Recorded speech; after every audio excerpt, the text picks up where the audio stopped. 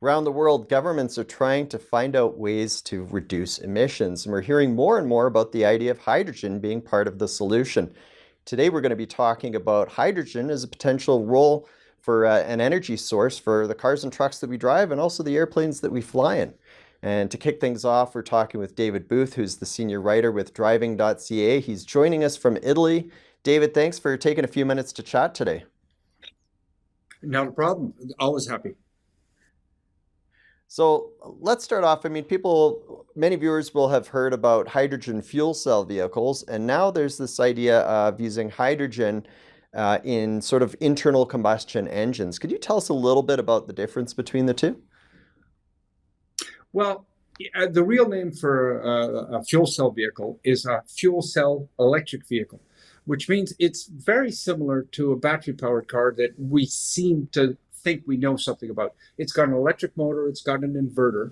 The only difference is where a battery powered car gets the electric energy from a battery, obviously, this fuel cell supplies the electric energy by combining hydrogen and oxygen. So when you think of, say, a Tesla and an FCEV would only differ between the fact that one's got a battery and the other's got a fuel cell. It's the energy source.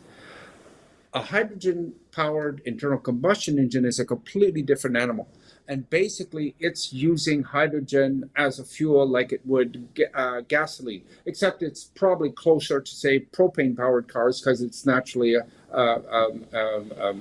gas.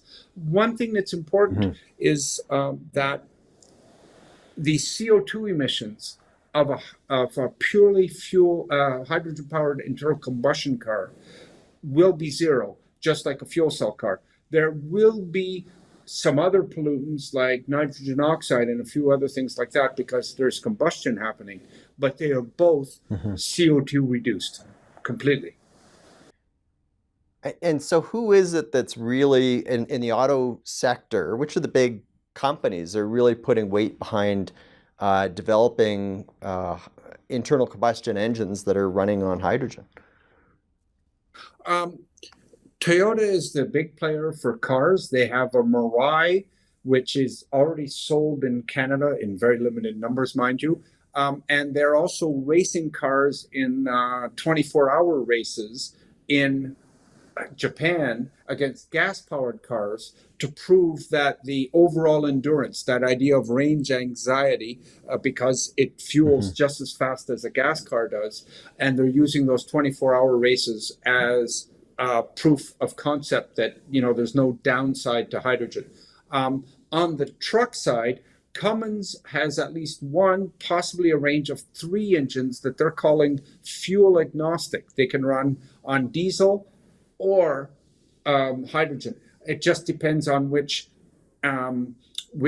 induction system you use. The rest of the motor is the same. And they're going to be offering that. They're pushing it hugely right now. They're going to be offering that within the next couple of years.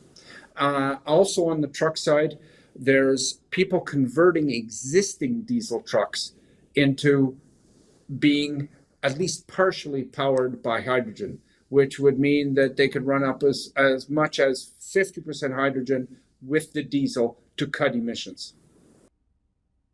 That's fascinating. I saw an online interview you did with a BC company that's working on that's fascinating to look at. I know these if we think about it from the consumer perspective, buying a hydrogen powered car, they're not on car lots right now, but do you have any sense around what it would cost to buy one of these versus a traditional gasoline powered car, and then also what the costs are related to fueling?